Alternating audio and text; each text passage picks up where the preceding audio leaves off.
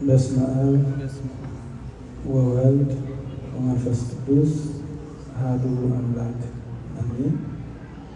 ክቡር አባታችን መላከ ምሕረት ወንድማችን ዲያቆን እንዳለው ወንድሞቼ ዲያቆናት በክርስቶስ ክርስቲያን በወልድ ወልደ እግዚአብሔር በመንፈስ ቅዱስ መንፈሳውያን የተሰኛችሁ የክርስቶስ ቤተሰቦች አባቶች፣ እናቶች፣ ወንድሞች፣ እህቶች፣ ሕፃናት ሁላችሁም በጌታችን በመድኃኒታችን በኢየሱስ ክርስቶስ ፍጹም ሰላም እንደምን ሰነበታችሁ?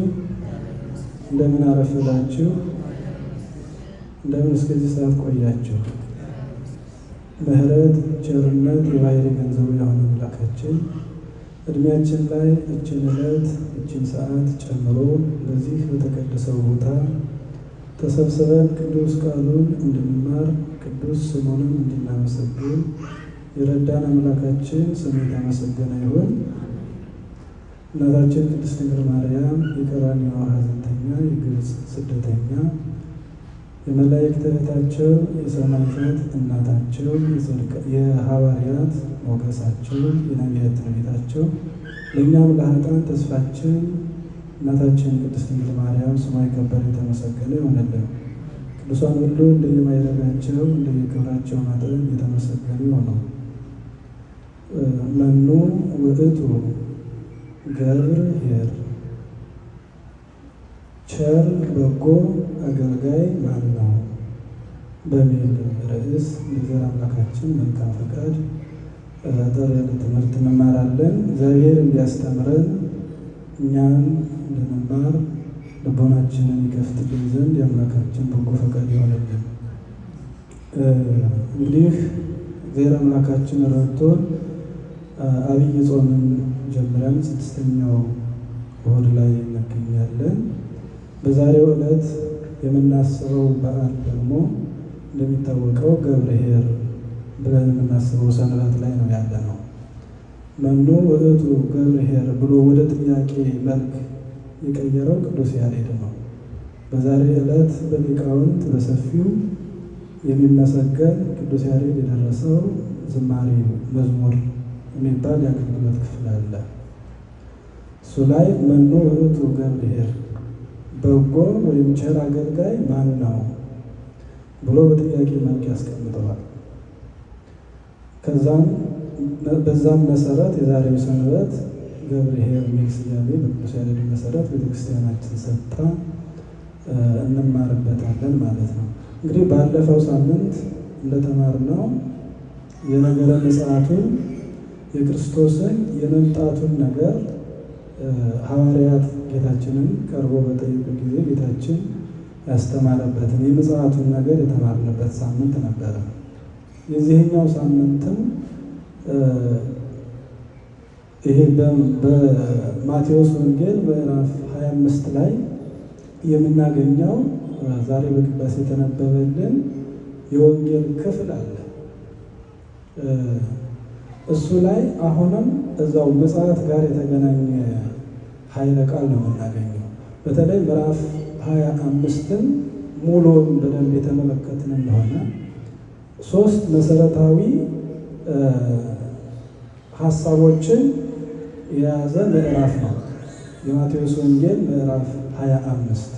የመጀመሪያው ክፍል ከምዕራፍ 1 እስከ 13 ድረስ ያለው የ10ሩን ደናግል የሚያነሳ ነው። 5ቱ ሰነፎች፣ 5ቱ ደግሞ ብልህ የሆኑ ደናግል ሙሽራው ክርስቶስን የሚጠብቁ ደናግልን የሚያነሳ ነው። ያም የነገረ ምጽአት ጋር የሚሄድ ነው። ሁለተኛው ክፍል የበጎ አገልጋዮችን ምስጢር የሚያነሳው ነው። ከማቴዎስ ወንጌል ምዕራፍ 25 ቁጥር 14 እስከ 30 ድረስ ስናነብ የምናገኘው ዛሬ የተነበበልን። የመጨረሻውን ክፍል ደግሞ የሚገርመው አሁንም መልሶ በምጽአት ጊዜ ክርስቶስ ከመጣ በኋላ የሚጠይቀንን ጥያቄዎች በተለይ 6ቱ ቃላተ ወንጌል ብለን የምንማራቸውን ቃላት የምናገኘው በዚሁ ምዕራፍ ላይ ነው። የማቴዎስ ወንጌል ምዕራፍ 25 ሁሉም ሙሉ ምዕራፉ የክርስቶስን የመምጣቱን ነገር የሚያነሳ እኛም ደግሞ እንዴት ተዘጋጅተን መጠበቅ እንዳለብን የሚያነሳ የወንጌል ክፍል ነው። ስለዚህ ቅዳሴ ላይ የተነበበልንን ዛሬ በዕለቱ ገብርኄር ብለን በምናከብረው ዕለት ቅድስት ቤተክርስቲያን እንድንማርበት ስርዓት ሰራችልን ስለሆነ ያንን ቃል ደግሜ አነብላችሁና እግዚአብሔር በገለጠልን መጠን እንማማራለን ማለት ነው። ቃሉም እንዲህ ይላል። የማቴዎስ ወንጌል ምዕራፍ 25 ከቁጥር 14 እስከ 30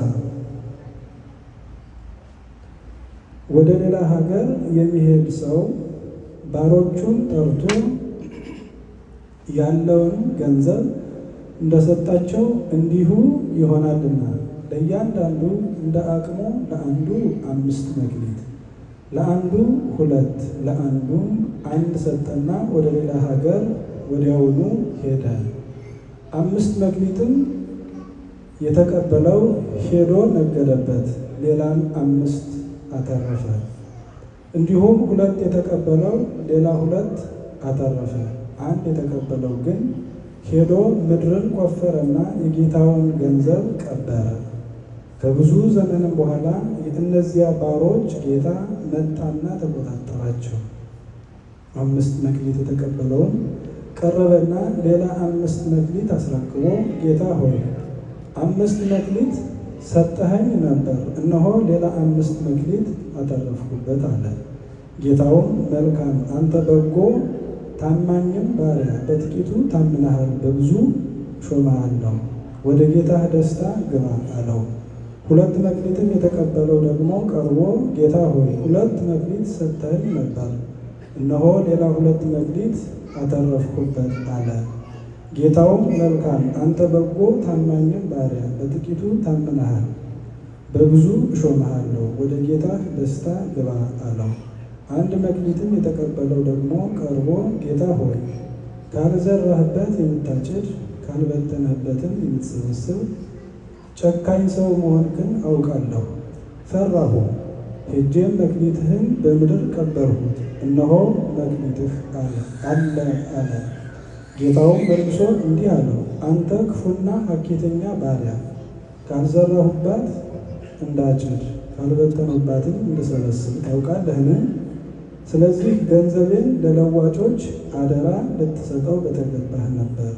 እኔም መጥቼ ያለኝን ከትርፉ ጋር እወስደው ነበር። ስለዚህ መክሊቱን ውሰዱት፣ 10 መክሊትም ላለው ስጡት፣ ላለው ሁሉ ይሰጠዋልና ይበዛለታል፣ ከሌለው ግን ያው ያለው እንኳ ይወሰድበታል።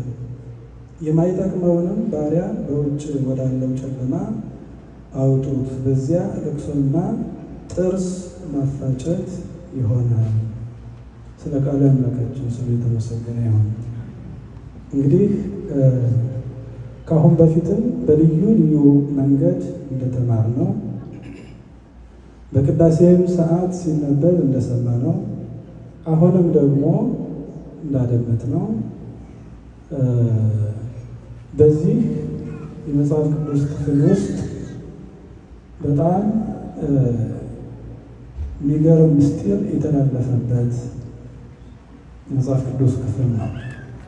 መልእክቱን እንደሰማነው 3 ነገሮችን እናስተውላለን። አንደኛው ሰጪ አካል እንዳለ፣ ሁለተኛው የሚሰጥ ነገር እንዳለ፣ ሶስተኛው ተቀባዮች እንዳሉ። ሰጪው በፈቃዱ ነው የሰጠው፣ መንገደኛ ነው። ከሰጠም በኋላ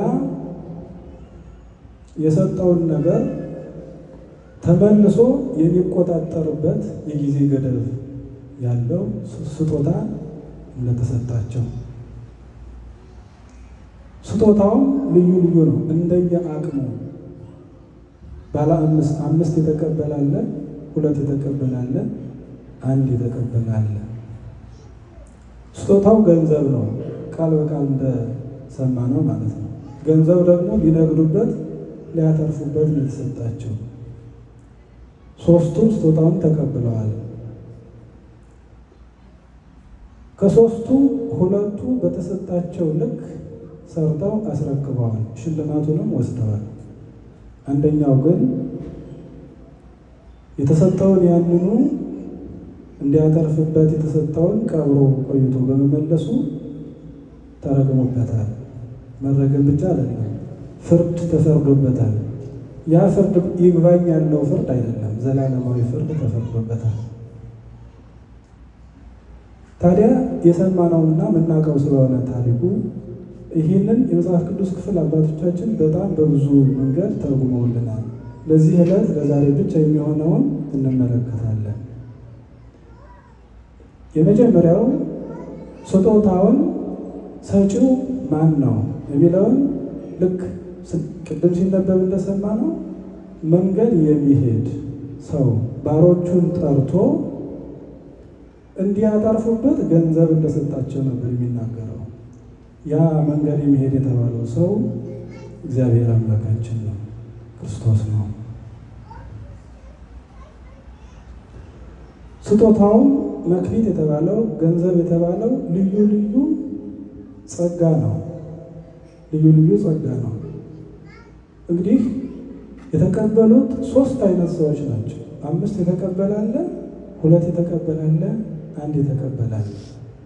ለሁሉም ተመሳሳይ እኩል አልሰጣቸው፣ እንደየአቅማቸው ነው የሚለው። እንደውም ቃሉ እንደየአቅማቸው ነው የሰጣቸው። ከዛ በኋላ ያንን ስጦታ ከተቀበሉ በኋላ እንዲያተርፉበት ነው የተሰጣቸው። ባለ 5 መክሊት የተባለውን 5ቱን አንደኛው ሃይማኖት ነው ይላል፣ 2ኛው ስነ ፍጥረት፣ 3ኛው መምህራን፣ 4ኛው መጻሕፍት፣ 5ኛው በጎ አእምሮ። በእነዚህ ልብ በሉ 5 የተቀበለው ሌላ 5 አፍርቷል አይደል? በሃይማኖት ኖሮ በመምህራን ትምህርት በመምህራን አስቀድሞ አማናዊ መምህር ክርስቶስ ነው። ከዛም በኋላ ሐዋርያት፣ ከዛም በኋላ በሐዋርያት መሰረት ላይ በታነጹ ሐዋርያነ አበው፣ ከዛም በኋላ በሊቃውንት፣ ከዛም በኋላ ባሉ በአባቶቻችን ትምህርት በመምህራን ትምህርት ጸንቶ በስነ ፍጥረት እግዚአብሔርን ተመራምሮ የፀሐይ መመላለስ፣ የጨለማ መንጋት፣ የብርሃን መምጣት፣ የሰማይ እንዲህ መዘርጋት፣ የምድር ስነ ፍጥረታት ለአንክሮ ለተዘክሮ ያንን እያዩ እየተመሰጡ ከዛም በኋላ ደግሞ መጻሕፍትን በማንበብ መጽሐፍ ቅዱስን ቅዱሳት መጻሕፍትን በማንበብ ከዛም በኋላ በሃይማኖት በስነ ፍጥረት በመምህራን በመጻሕፍት ይህንን ሁሉ የሚያስተውልበትን ደግሞ በጎ ሕሊና የሰጠውን ተጠቅሞ ለዛ ለመጨረሻው ዘመን በጎ ፍሬ የሚያፈራ ሰው ምሳሌ ነው ባለ 5 መክሊት። አሁን እግዚአብሔር ይህንን ሁሉ አድርጎ ያለ ፍሬ መገኘት ምን ያክል እንደሚያዋርድ ግን አስተውላችሁታል? ባለ 2 የተባለው ሃይማኖትና ምግባርን ጨምሮ ያዘ ነው። ሃይማኖት አለው፣ በሃይማኖት ላይ ደግሞ ምግባርን የያዘ እንደሆነ ያ ለበጎ ፍሬ ያበቃዋል ነው። 3ኛው ባለ 1 የተባለው ሃይማኖት ብቻ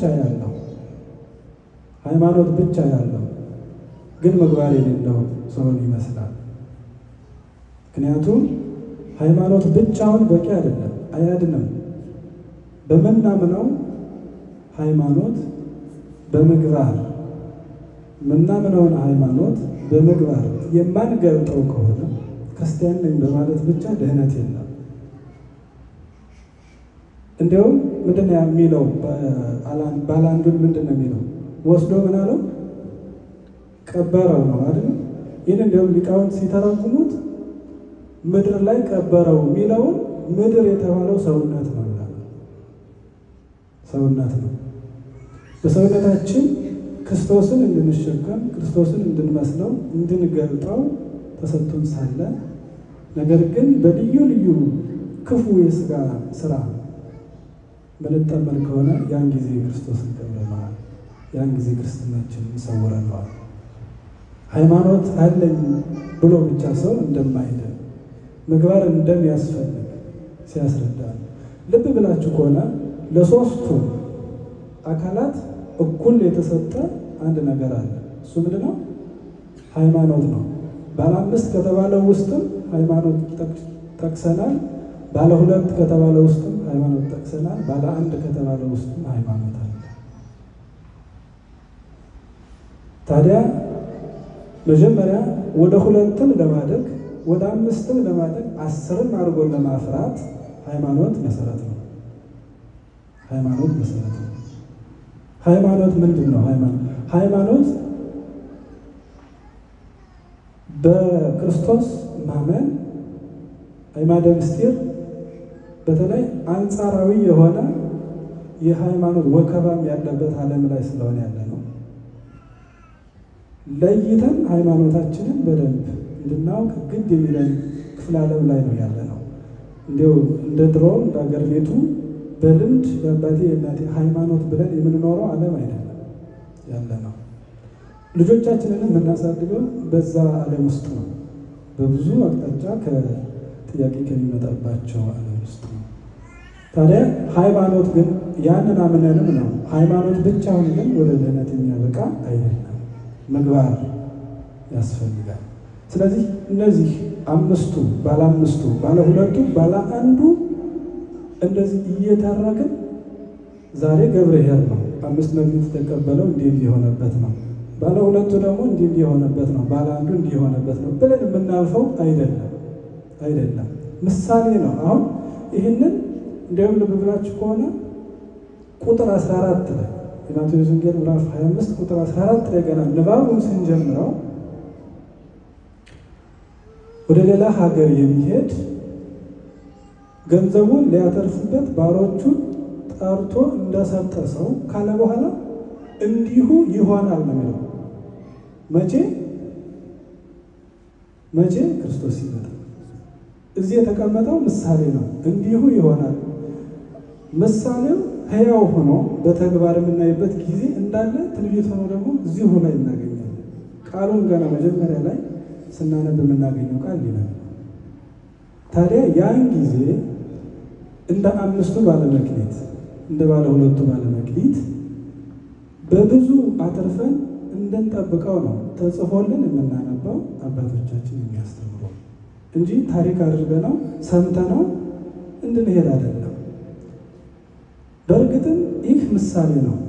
መክሊት የተባለው ጸጋ ነው። እግዚአብሔር አምላካችን በእያንዳንዳችን እንደየአቅማችን ቤተክርስቲያንን እንድናገለግል ያልሰጠን ጸጋ የለም። ልዩነቱ ጸጋችንን አውቀን በሕይወት መኖር ላይ ነው። የመዘመር ጸጋ ያለው ይኖራል። የማስተማር ጸጋ ያለው ይኖራል። ዝም ብሎ ደግሞ የማስተባበር ጸጋ ያለው ይኖራል። የመምራት ጸጋ ያለው ይኖራል።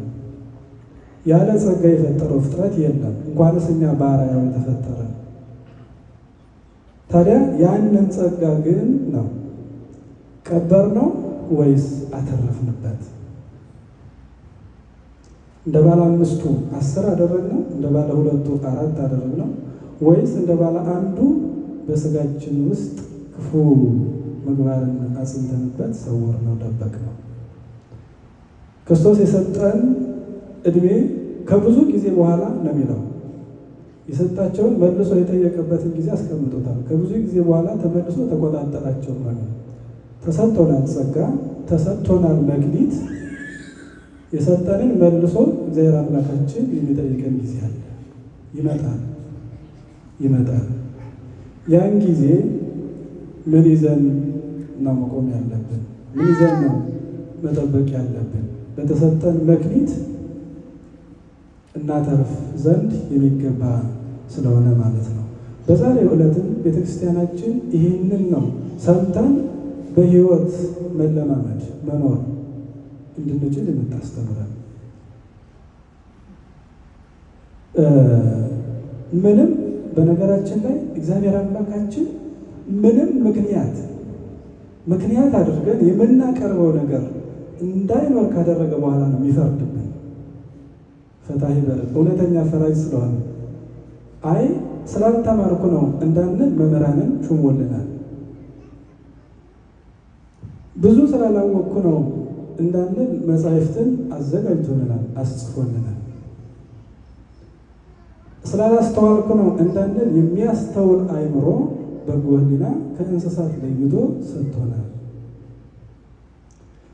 ዘርዝረን የማንጨርሰውን ጸጋ ከሰጠ በኋላ በዛ ባለመስራታችን ብሔር ይፈርድብን። ስለዚህ ይህንን ፍቅሩን እያሰብን በምግባር በሃይማኖት ጸንተን ክርስቶስ ሲመጣ የምናቀርበው በጎ ምግባር የምናተርፈው መክሊት እንዲኖር ያስፈልጋል ማለት ነው። አንድ አባት ቅዱስ አውግስጢኖስ ይባላል። ሃይማኖት ነበራቸው አስቀድሞ፣ ግን ምግባር አልነበራቸው። እንዲሁም መላ ሕይወታቸው በዝሙት ይኖሩ የነበሩ አባት ናቸው። በኋላ በቅዱስ ባስልዮስ ትምህርት በጣም ልባቸው ይነካና እስከ መመነን ድረስ ደረሱ። ገዳም እስከ መግባት እስከ መመንኮስ ድረስ ደረሱ። መመንኮስ ብቻ አይደለም፣ እስከ ቅድስና ማዕረግ ድረስ ደረሱ። ከዛ በኋላ ከዕለታት አንድ ቀን ያ ድሮ በዝሙት ይኖር በነበረበት ዘመን የሚያውቃት አንዲት ሴት አገኘችው። እሷ እንደ ድሮው አይነት ሕይወት ውስጥ ያለ መስሏት ተከትላ ትጠራዋለች። እሱ እንዳልሰማ ሆኖ ሰምቷታል። እንዳልሰማ ሆኖ መንገዱን ይቀጥላል። አሁንም ትጠራዋለች። እንዳልሰማ ሆኖ መንገዱን ይቀጥላል። አሁንም ስትጠራው ዞር አለና በሶስተኛው ስትጠራው ግን ምንድን ነው ያለችው? እኔ እኮ ነኝ አለችው። ምን ማለት ይመስላችኋል? ድሮ የምታውቀኝ እኔ እኮ ነኝ፣ አጥፍተኸኝ ነው ወይ ማለቷ ነው።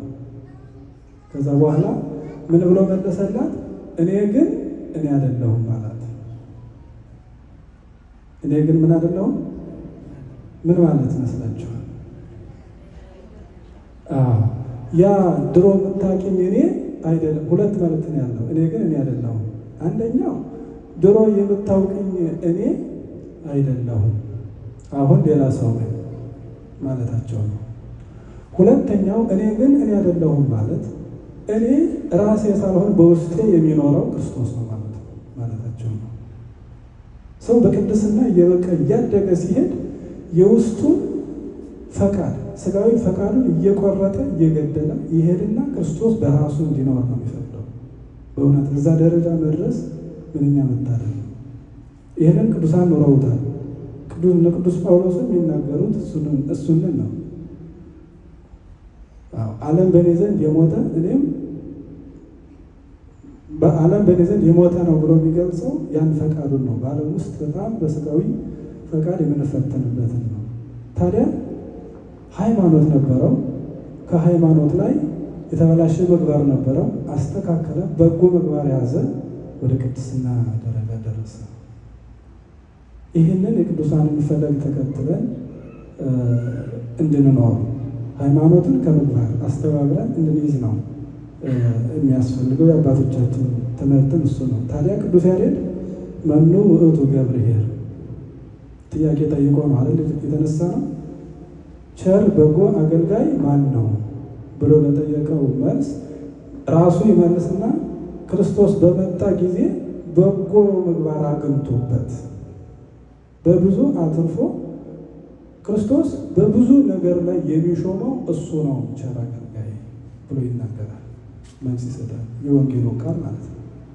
እንደ ባለ አምስት እንደ ባለ ሁለት በብዙ ያተረፈውን ማለት ነው። ስለዚህ ታማኝ አገልጋይ ማን ነው? ይህንን ጥያቄ ዛሬ ቅድስት ቤተክርስቲያናችንን ትጠይቃለች። ታማኝ አገልጋይ ማን ነው? እናገኝ ይሆን? ማን ነው ታማኝ አገልጋይ? በማስመሰል ዓለም ውስጥ በተለይ በዚህ ዘመን ክርስቶስ ማን ነው? ዓለም ወይም ዲያብሎስ ቤተ ክርስቲያንን እንደ ገብስ አሽቶ በሚቆረጥማት ጊዜ ላይ ነው ያለ ነው። ታዲያ በዚህ ጊዜ ታማኝ አገልጋይ ማን ነው እያለች ቤተክርስቲያን ትጣራለች። ከላይ እስከታች እንደየማዕረጋችን ባለን ጸጋ ልክ ታምነን ቤተክርስቲያንን እንድናገለግል ይህ ጥያቄ ለሁላችንም የቀረበ ነው። በእውነት ታማኝ በጎ አገልጋይ ሆነን በጎ ምላሽ እንድንሰጥ አምላካችን ይርዳን። ይቆየ